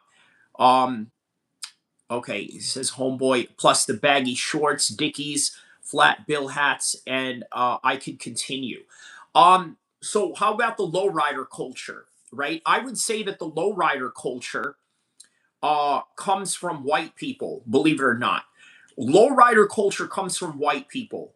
It just so happens that the blacks and the Latinos made it cooler. They commercialized it. They were the ones that were able to put it in movies, right? You can't have a hood West Coast movie without no lowriders, but low riding came from white people. I know that's not very popular amongst the urban, circles to hear, but low riding culture came from white people. They just don't practice it as much as now. It is the Mexicans that practice it more heavily. The blacks were very much into it in the 90s, right? You had lowrider shops all throughout South Central, you know what I mean, black owned. On top of it, Scandabigo says we have zero pictures of a pregnant Michelle Obama, but many pictures of Obamas from their teens up until now. I mean, look, this is a ridiculous conspiracy theory, and you know it. Vito says, and some tribe language. You could just speak normal English and not some tribe language. Are you talking to me, or are you talking to other people here, Vito? I mean, I speak very good English, as you if you can't tell. Harlem Bangin says no. Lowrider culture might be theirs. Culture, I'm not having it. Yes, males close to 45 to 50%. The conservatism that Puerto Ricans have is probably an indication of um their Catholic religion, right? I know Catholics, tend to have, very, conservative stances on things. So, yeah, let me see here. They copied, not created, but I digress. They copied, but not created. Okay. Okay. So we got ourselves some really interesting conversation here, man. Um, Harlem Bangham and Glenn Sharp, man. I'm glad I got you guys here on the chat, man. I'm always glad to see different people of different backgrounds, different ways of thinking. Um, you know what? Now that you guys are here, I've told this story before, but I'm going to tell it again, right? I think that you guys are going to get a kick out of this, especially Harlem Bangham and Glenn Sharp. This is right up your alley, right? Both as street guys and guys that are part of law enforcement. You're gonna like what I'm about to say right now, right? Or the story that I'm about to tell you, right? I had a homie that snitched, okay, but get this: what he snitched about. Um, okay, well, let's just try and tell this story, right? One of his homeboys killed his girl, okay? His homeboy killed his own girl, right? They got into a domestic argument or whatever, shot and basically banged her in the head. Bang! Okay, close range in a car. That guy, his homie, my homie, okay, who shot the girl, went to his house, left him with a gun. The car that he used to bang her with, he asked to have it parked in his garage. Inside the garage, the cops came. They asked them, hey, are you an accomplice of this murder?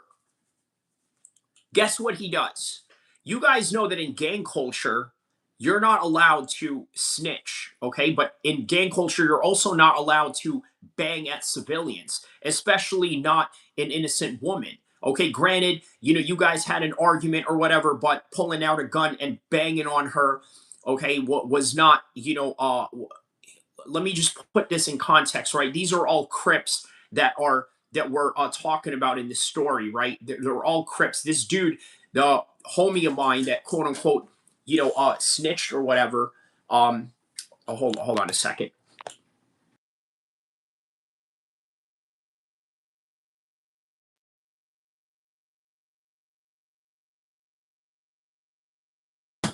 Okay, so this guy that snitched, um, yeah, they were gonna put him down for murder. So guess what he did? He ended up snitching on that guy. He says, I had nothing to do with it. I had nothing to do with this murder. I had nothing to do with, this shooting or whatever. So, all right, so we're gonna hold you as an accomplice. He ended up snitching on his homeboy that shot his girl. He ended up snitching on his homeboy that shot his girl. Now, this guy, do you think that he was welcomed back in the hood? Okay, it's very controversial. Very controversial, right? He banged on his homeboy banged on a non-civilian. He got placed into that indictment as an accomplice. What was he supposed to do? What was he supposed to do? So Glenn Sharp. Okay. Glenn Sharp says America is a melting pot, so people just take and adopt what they like. Scandabigo says everything was invented by whites. Even Michael Jackson's dance move came from Bob Froze. Wow. Vito says, stop defending criminals. In what way am I defending criminals? I'm telling a story about somebody that snitched on his homeboy that banged on his girl, right? What I'm trying to say with that is this is a very controversial story, right? It's a very controversial story because in the gang world, obviously you're not supposed to snitch, but you're also not supposed to bang at innocent civilians, right? So it's, yeah, man, it is what it is. But at the same time, also, Bangham Harlem, I gotta agree with you, right? I have to agree that there is a certain level of immaturity that comes with gang culture. Obviously, because gang culture was started by kids, a long time ago. So the rationality behind it is, irrational. Aaron Maga says, did Justin end Ilya's career? I wouldn't say that he ended his career. I would say that he really rearranged his career in a negative way to where we may never see Ilya the same way ever again. Like, this is not going to be the same Ilya that we're going to see from now on. I think damage is underrated in combat sports. Very underrated. Okay, damage can really affect how you go out there and perform, and I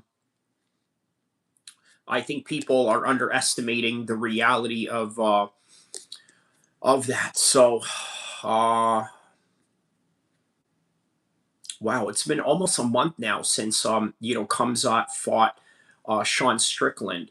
I had a story about Kamzat and and some kidnappings that happened in Chechnya or whatever, based on a marriage that he had going on. But anyways, okay, more on Josh Hokit and okay.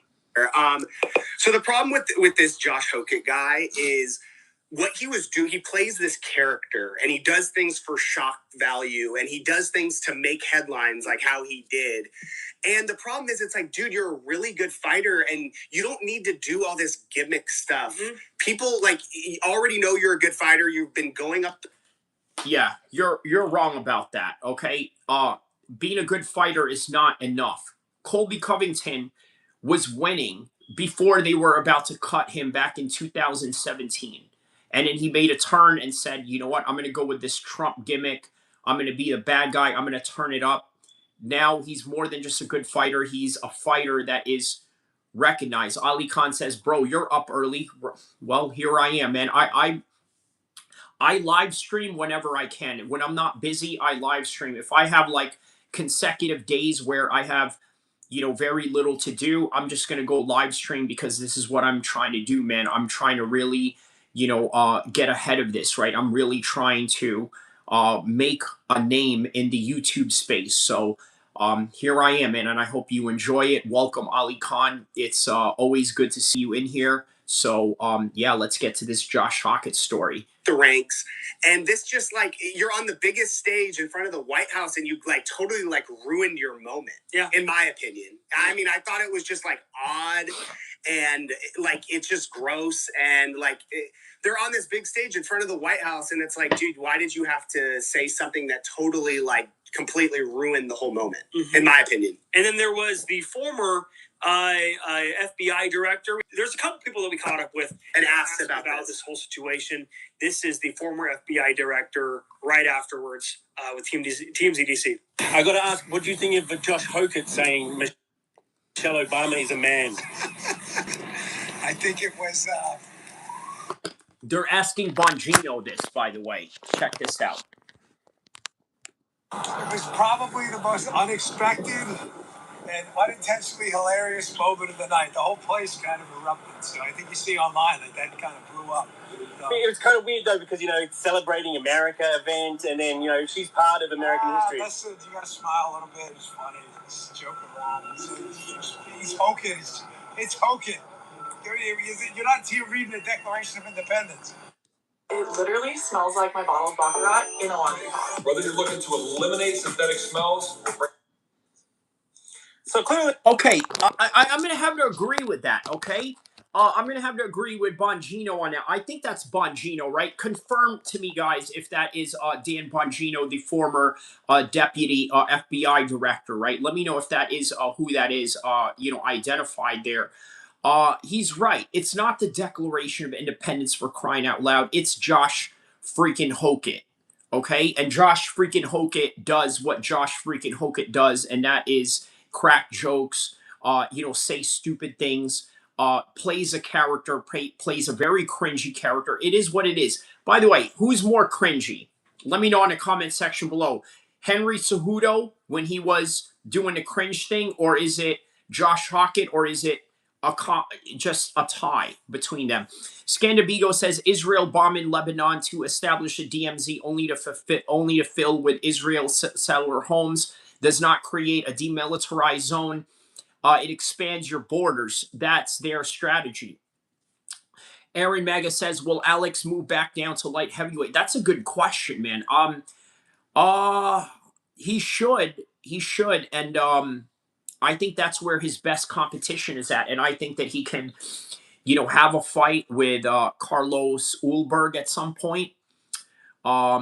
Victory says, yeah, it's Henry all day. Okay, yeah. So that's the thing with Henry, right? You see, at least with Josh Hokit, he has a little bit of a personality. See, he was in the NFL, so that means when he was in the NFL, that means that he was in a locker room full of guys that did these types of jokes, did these types of banter, right? There's, a bit of a banter culture where he comes from, right? Josh Hokit. Henry Cejudo doesn't have any of that. Henry Cejudo is a lifelong wrestler, boring, okay? A lifelong Olympian, boring, okay? And he really had to develop this out of him, right? He had to develop something. He had to try.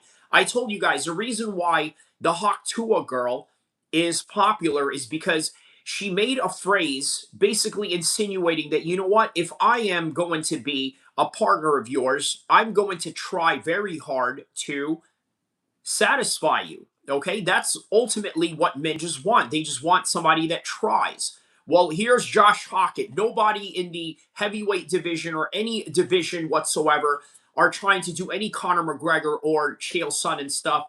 And here's Josh Hokit saying, you know what, I'm going to try. And there it is. Victory says he said he used to get into fights with guys that supported LBG stuff in the NFL. There it is, right? And that is where Josh Hokit learned that he could fight and throw hands. Okay, there it is, right? When he realized he beat up a bunch of NFL players. Scandabigo says every Conor impersonators are most cringe. O'Malley, Ilya, etc. Okay. Look, it takes talent to actually be on the mic. Okay, hold on a second. This guy, he's retired. He doesn't need to worry about his job anymore. He clearly thought it was funny, which is kind of shocking that he would say that on camera. We also got Shane Gillis, who, a lot of people kind of put Shane Gillis as he's MAGA or whatever, but I actually see a lot of clips of him bashing Trump. So I don't really know where he stands politically, but we caught up with Shane, and this is what Shane had to say about the joke. Hey Shane, how'd you enjoy the night, man? It's pretty cool. What'd you think of Josh? Can you please? What do you think? What do you think of him saying Michelle Obama's a man? I didn't love that. Didn't love it? How come? Why did you think? A lot of people have said the opposite. That's why I don't like that. Trump's job. You guys, we're all good. We're out. Thank you. What do you think? What do you think of the cancel culture? You guys got me on a couple brewskis. All right. But yeah, I didn't like that. Okay. But whatever, it was funny. He seems kind of like not all there at the moment. Nah, I mean, he didn't see. He said he had a couple brewskis. Yeah.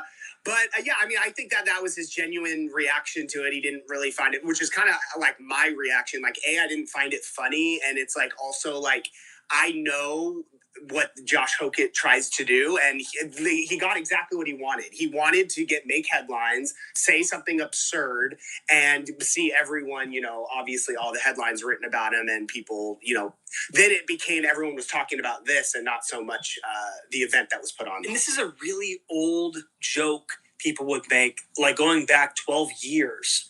No one makes that joke anymore. Nah, even the really bad folks out there that say horrible things about Obama and such, they don't even make that joke anymore. Right. So like to bring that out of the woodworks felt a little like not just offensive, but like you were dusting off some dust off of that. Right. It felt stale. No, for sure. I agree. And I know he had, Josh had put some type of necklace around the president after he won, and then there was a beat reporter there that was claiming that after he made that joke that the president took it off. So I don't even think according to those local reports, President Trump didn't like the joke either. Clearly. Yeah, you can't wear the beads if he's the rest of the night. It sends a message. Yeah, it does. So anyways, I think that was probably the most controversial stuff. The rest of it was kind of scenes. I know Sean Strickland, another huge UFC, he's a UFC champion, was saying that he wasn't allowed,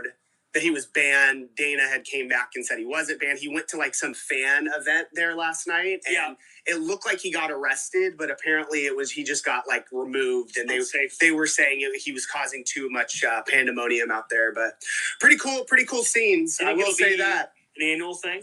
No, I think it's a one in a lifetime event. There probably so much went into it that it's like I think it's like let me see here. Michelle Obama really a man? No, he's not, man. No, not at all. He got humbled a bit.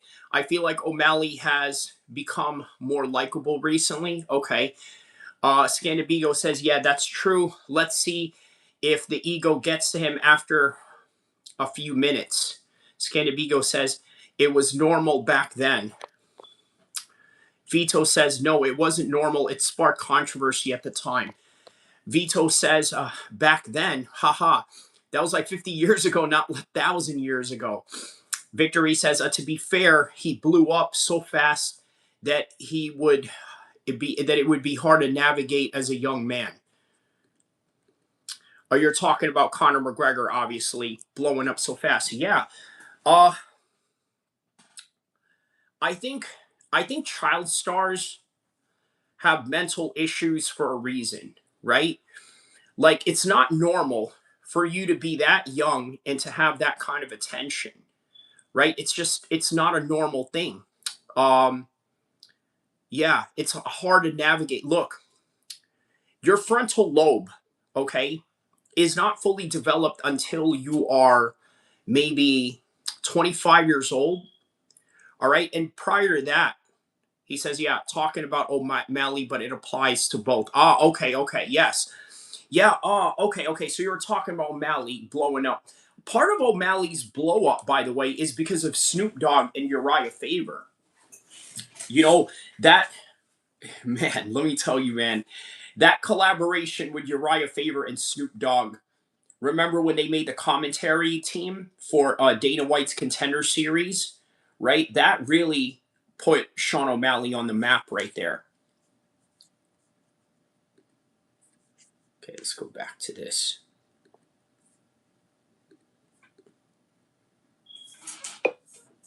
But then again, you have the claw. It's built. Put it in school. Yeah, are they going to bring it back? What are they going to do with it? Well, Trump said that he wants to keep it there permanently, and he's thinking about it. Oh my gosh, so ridiculous. So the next few days is crucial to see. I'm sure they'll put it in a shed. I'm sure that Congress in a shed get somewhere. all that thing and be like, all right, come on, get the crane. Okay, so yeah, On a Saturday, that's pretty much all I have on the UFC event. Yeah, much sadder note. So I woke up yesterday. Vito, when you said no, it doesn't, what is that in reference to? I'm not sure if you're super familiar with him, but I am. Oh, are you? He says, really quite disgusting. What is? Aaron Mega says, Diego Lopez destroyed Steve Garcia. He did, man. He absolutely did. Yeah, I you know what? I didn't predict the finish on that one, though. I don't know why. I couldn't see Steve Garcia getting finished, but he did. And, you know, that's MMA for you. A couple of my buddies are big fans. Yeah, so Oliver Tree, he is I guess you would say he's more known for like a producer, songwriter, but he's an artist in his own right. Honestly, he the way he started everything was that he was kind of a meme musician. Right, because he did a lot of skits and content on social media. That's how I knew him. He had a very interesting look with the bowl cut, where the Jankos. It looks like what's that guy's name? Tiger King, a little bit. Oh yeah, he does kind of have a Joe Exotic vibe because of the haircut, the mullet. So we woke up yesterday to tragic news that he had passed. And so I guess he was in Brazil. What is revolting? Vito Corleone. Scandabigo says, Steve destroyed Lopez. Steve made mistakes. Steve. Okay, I think you mean Diego Lopez. Yeah. Steve destroyed Lopez. Okay, Steve made mistakes. Steve is clearly the better MMA fighter. Okay. He says, your mod is deleting my messages. Okay, I didn't see any delete of your messages there. It would indicate to me if that was the case. He says Lopez strategy is brawling. Yeah, and you know what? It seems to work for him in some weird reason. These are two good representations of the common man these days, and it's awful. Only 32 years old, and he was in a helicopter. He says, I didn't delete anything. Yeah, Vito, you know what? Vito, you also have to understand, right? YouTube also manually erases comments as well. He says, Muhammad Ali married a 17-year-old at 24. Oh, is that what you were trying to say earlier? I don't know. I mean, maybe you might have said something that, you know, may have set off YouTube or something. I don't know. That crashed into another helicopter. Yeah. And just absolutely tragic. Rio de Janeiro. And it's just like, gosh, it's just like this guy who was just so full of life, and you're seeing all the tributes, and he was really good friends with a ton of massive people in the music industry. Like I saw. All right, so they're going into like a different subject about Oliver Tree. I did see somebody say R.I.P. Oliver Tree in the live chat during the Sunday fight. So yeah, I wonder what that was. He said should have been in prison. What are you talking about? Should have been in prison over here, right? You just want to you're the type of guy that just wants to throw all minorities in prison. You know what I mean? Like who are you talking about, Vito? Should be in prison. Should have been in prison. I think he died at a plane crash. Oh, okay, got it. Okay. Well, all right. Well, how about this, man? Mexico, 2-0 against South Africa. All right. How did Brazil do, man? I'm hoping Brazil wins. That's who I'm going for in the World Cup, by the way. But I think Brazil tied in their recent matchup. Vito says it's 100% true. Look it up. Are you dumb? Okay. He says, what's with all the plane crash trends? Man, I don't know. But was it a private jet that he was in, or was it a commercial jet? Just out of curiosity. Let me know. Yeah.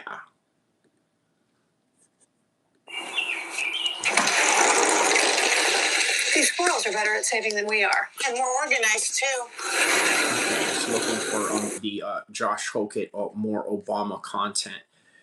Oh wow! Obama responds to UFC Freedom 250. Let me see what this Those is. extreme views were not in my White House. I wasn't embracing them.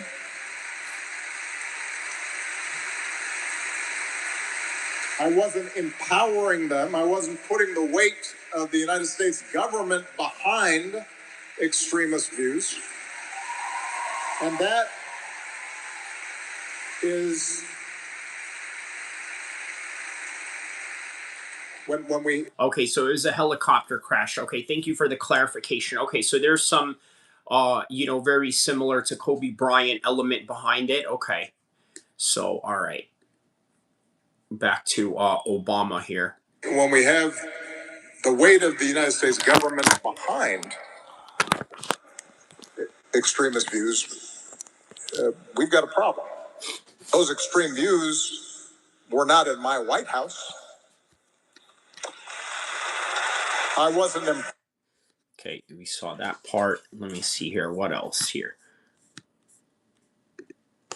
Why are we doing this? Michelle Obama is a man. Am I right, America? Ladies and gentlemen, Josh Hokit. So I resolved to not even mention or talk about the UFC fight at the White House because, they're billing it as a celebration for America's 250th birthday, which is next month. But it's held on President Trump's birthday, June 14th. Don't spit in my face and tell me it's rain. So I would have been all right if you did it and just said it's a celebration for President Trump. So that's one thing. But I was gonna keep quiet and keep it moving. But this comment, Josh Hokit, Michelle Obama has probably. Okay, before I let this gentleman continue, I want to address someone in the chat. Okay. Okay, let me just read some chats here. So Vitor says, "Can you please condemn a child abuser like Ali?" Yeah, I don't know much about the Muhammad Ali thing that you're talking about. Him being 24, marrying somebody who's 17. I mean, yeah, I don't know what to say to that. I don't know about that. I'm gonna have to look more into that before I go and condemn people. But I understand that you feel it's really not okay. Angelo says, Mitchell, not Michelle. Mitchell Obama is a man. Facts. Okay. 10 RP. This is the guy that I want to respond to right here. I want to respond to you on this. He says, laughing my ass off, bro. This has nothing to do with racism. It has been a meme for years. I know it has nothing to do with racism. Absolutely not. Here's the thing, though. Josh Hokit didn't make it about racism. It was just a political move of him to say that. A cringy political statement. Sure. Maybe a funny political statement, depending on what side of the aisle you land on that. But the reason why I mentioned that it's racism is because guess what? Other people are going to make it about race. And I am going to title it as such because guess what? It is literally what attracts you to come here. I'm sorry, but if my title of this video was something like Josh Hokit said something controversial at the White House, no one would care. Josh Hokit said Michelle Obama is a man. Okay, maybe that's enough. But a lot of people are literally naming their whole entire title for this particular subject matter. Josh Hokit called Michelle Obama a man. I'm not going to do that. I'm trying to rise above everyone else. I'm trying to be different than everybody else. I'm trying to offer something different than everybody else. So, therefore, that is the reason why I am literally putting race into the whole entire title because it attracts people to come here. And that's just what it is. Let's be honest about something, guys. We all love to talk about race, whether we like to admit it or not. That is the God honest truth. We love to talk about race. And a lot of people love to deny that they don't love to talk about it, but there is a reality in this world that says Nick Fuentes is a popular content creator for a reason. Charleston White is a popular content creator for a reason. What does Charleston White and Nick Fuentes have in common? Well, what they have in common is they are both race baiters. They use race as a way to attract people into their live streams, into their content. And guess what? I'm no different in that particular regard. Okay. I'm going to give you headlines that may sound like sensationalism because that's the name of the game these days. You have to sensationalize your content a little bit. But guess what? When I got you in here and I brought you in here, I'm going to tell you the truth of the matter. Now, do I find this to be racist of him saying that? No. But the truth is, other people will find it racist. And that line right there is what I'm going to touch on to attract people to come here because that is what people are interested in. Why is it that other people are making this about race? Well, why is it that other people are not making it about race? Now we got ourselves a live YouTube show to talk about. Aaron Maga says Khabib said Justin hits like a truck, and that is the reason why he did exactly what he did to Ilia Topuria. Vito Corleone says no human is native to America. He says disease. Native Americans are not native. They are from Iden. Okay. All right. Thank you for that information. Okay, um, back to this gentleman that had a comment about Michelle Obama. Okay, let's go back to this. Probably wasn't even aware of your existence, has definitely never said anything about you, and this is the bitch move you make. I hate that. I have no respect for a person like that, and that's all I got to say. Why are we doing this? Michelle Obama is a man. Am I right, America? Okay, so Alex Pereira, I want to show on your mama. And lastly, Michelle Obama is a man.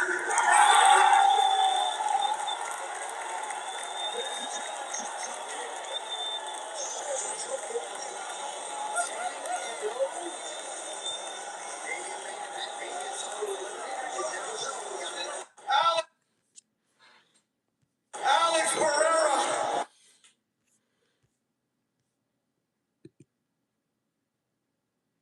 I almost gave up on my sex life at 58. Thanks. oh dear God, please. oh dear God. Oh, please, this commercial. Oh boy. All right. Who regularly courts controversy, adopted a bizarre persona in the build-up to the fight, appearing to throw up at the weigh-in on Saturday. So what? Maybe I was drinking last night. After he won his fight on Sunday, he said this to UFC commentator Joe Rogan. And lastly, Michelle Obama is a man. Am I right, America? So has the White House or the UFC commented on that? Our colleague Jake Tapper asked the White House. All right. So, you brought up a good point here, Scandenberger, right? Tesla equals zero commercials, equals a good product, equals no rage or race bait needed. Great for Tesla. I'm not Tesla. I understand what you're saying. I get what you're saying. But at the same time, a title that has intelligent yet also reasonable takes on it is not going to attract people. What will attract people though is yes, if you are reasonable and you are intelligent, that's why I'm dragging you in here. But in order to drag you in here first to show my intellectual prowess, to show my knowledge of MMA, to show my knowledge of political landscapes around the world, I have to rage bait or race bait just a little bit, to entertain you. Because by the end of the day, remember, race baiting is entertainment. That's just what it is. Aaron Maga says Josh Hokit needs to apologize. I don't know about all that, man. You know what I mean? Like, if he apologizes, it would really weaken his position. Communications director for comment. Essentially, they didn't criticize, they didn't condemn that slur there. The UFC, head of UFC, Dana White, did come out and say that while he's in favor of free speech, he has no time, he hates this kind of nonsense, he said. All right, so good on Dana White to come out and say that. He Rational says racist, hardly distasteful. You can make that argument. Racist, hardly distasteful. You can make that argument. Racist, hardly. Distasteful, okay, you can make that. Okay, okay, I see what you're saying. It's not racist, but is it distasteful? Yes, absolutely. But trust and believe are rational times nine. There are people out there that are going to make this about race because Michelle Obama is a black hero to many black folks. That's just what it is. He told Time magazine, and he's against people saying nasty and false things about people's family. I will just say, if this happened in another league, right? I mean, professional league like this, they would somebody would get fined, they get penalized in some way, but not in the UFC because they have to be seen to be pro free speech, a bit like this White House. Tony Sullivan, thanks very much. For more on this, I spoke earlier with CNN contributor and podcast host Kara Swisher.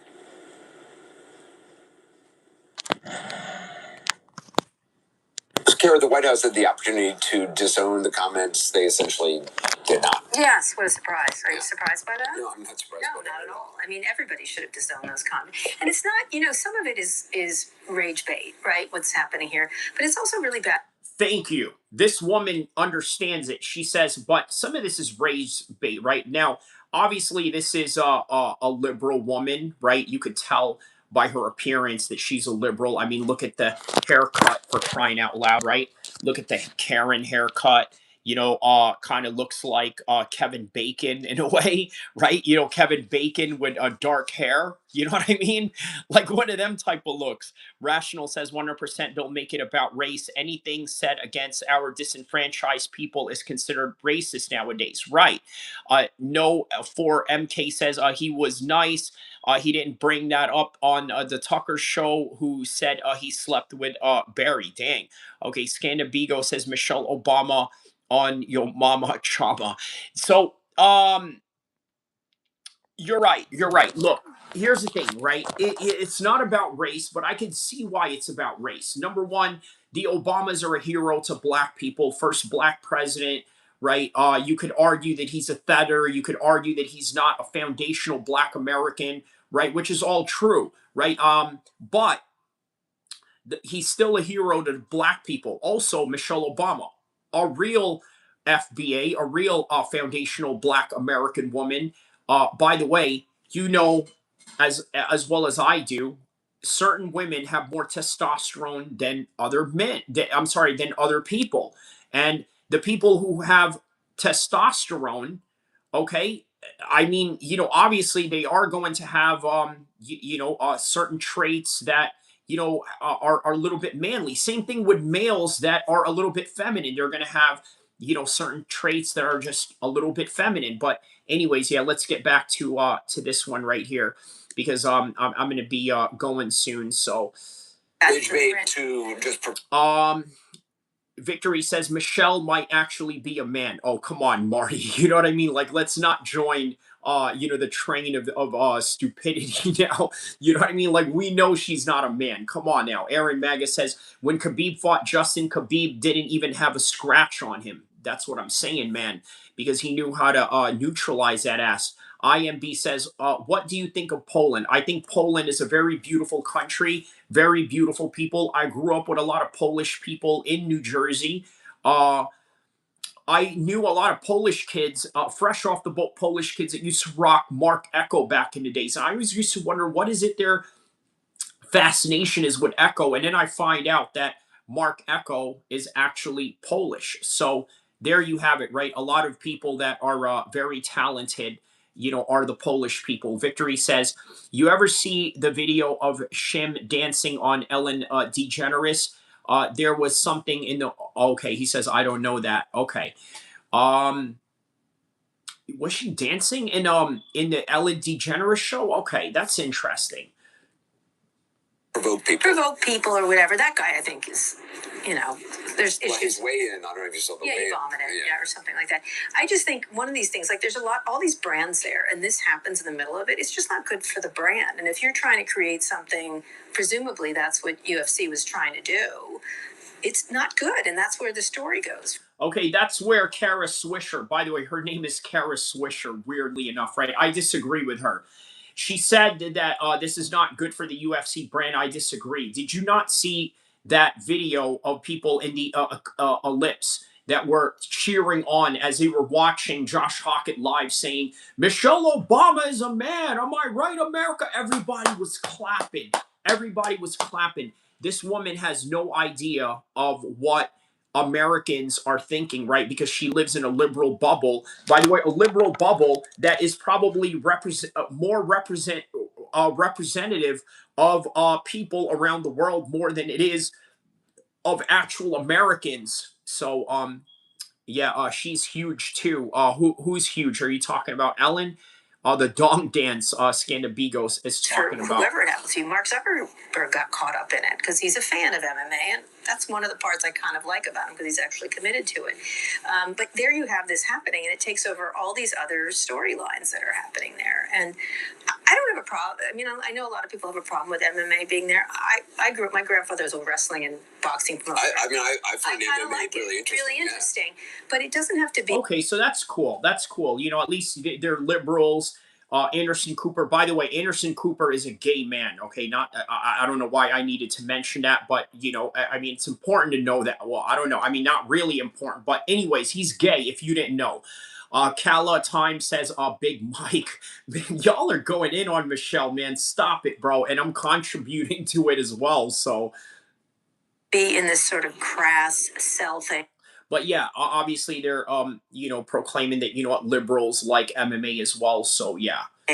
Everything's marketed way, and you know there was a really interesting column in the Washington Post. Monica Hess wrote about it, and I thought it was great. She said, "Look, lots of presidents have had opera singers, they've had poets. You know, Obama brought the cast of Hamilton there.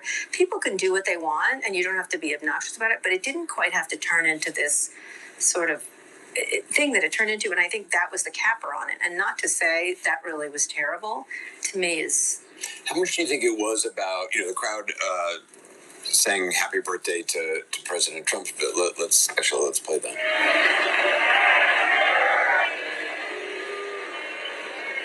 Okay, wait.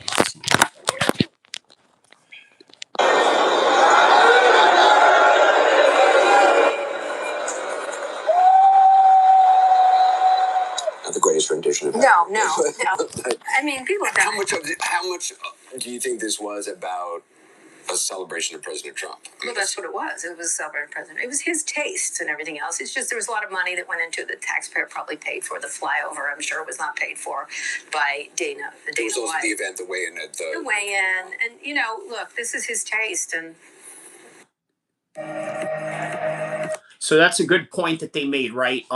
When you're president, you can build and design the White House as you wish. You can invite who you want at the White House. Obama put a basketball court up. Trump put a UFC cage for all of us to be entertained by. Scandabigo says, is Trump paying Iran $300 billion for a peace deal? Is that what's going on? Okay. I may have to... yeah, I may have to delve into that a little bit, and probably a story for a future live stream. But for now, guys, that is all that I have. Thank you for all of those that have tapped in to this 2-hour live stream that we did. We did about 2 hours and some change. Don't forget to like and subscribe. Thank you to all the subscribers, new subscribers, and all the people that donated. Thank you so much. You guys have a beautiful day. Later, man. Shout out to you, Marty. Shout out to everybody around the world. Don't forget to like and subscribe. I will see you in the next one. And next time, we're going to have fun as we always do, man. He says, nice Amish beard. And that's how we're going to go out. A man complimenting me about my nice Amish beard. It's a Muslim beard, but Amish people have a beard one and the same. We all don't have mustaches. If you want mustaches, go watch Magnum PI. And with that in mind, I will sign off. See you in the next